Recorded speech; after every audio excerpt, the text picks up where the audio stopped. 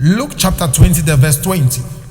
And they watched him and sent forth spies, which should feign themselves just men, that they might take hold of his words, that so they might deliver him unto the power and authority of the governor.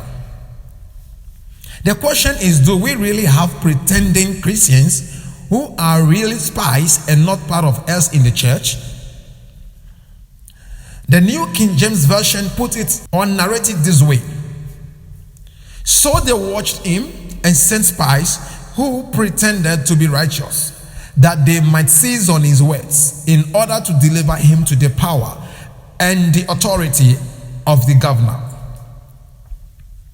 The answer is yes. We have not only sinners in the church, but fake Christians and also pretenders who are spies sent from the camp of the enemies of the church, the head pastor, other pastors, or any of the church members.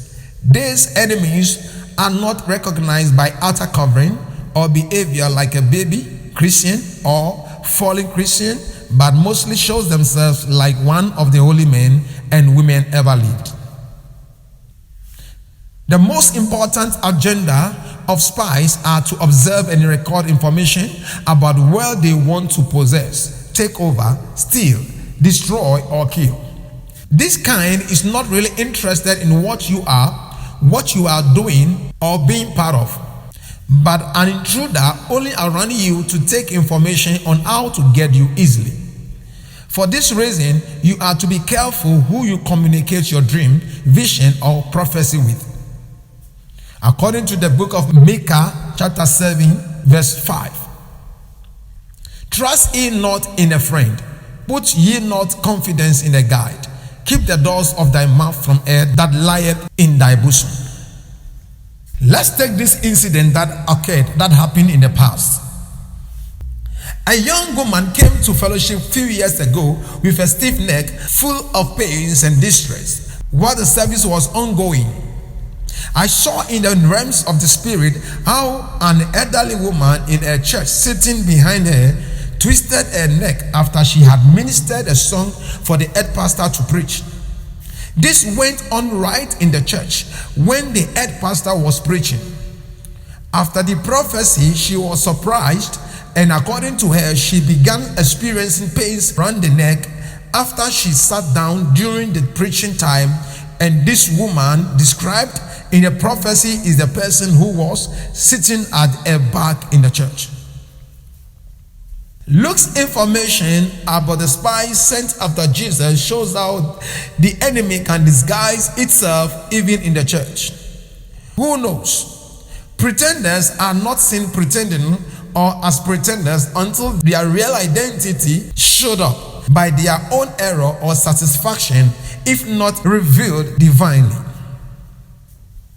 2 Corinthians chapter 11, the verse 14 says, "And no marvel, for Satan himself is transformed into an angel of light."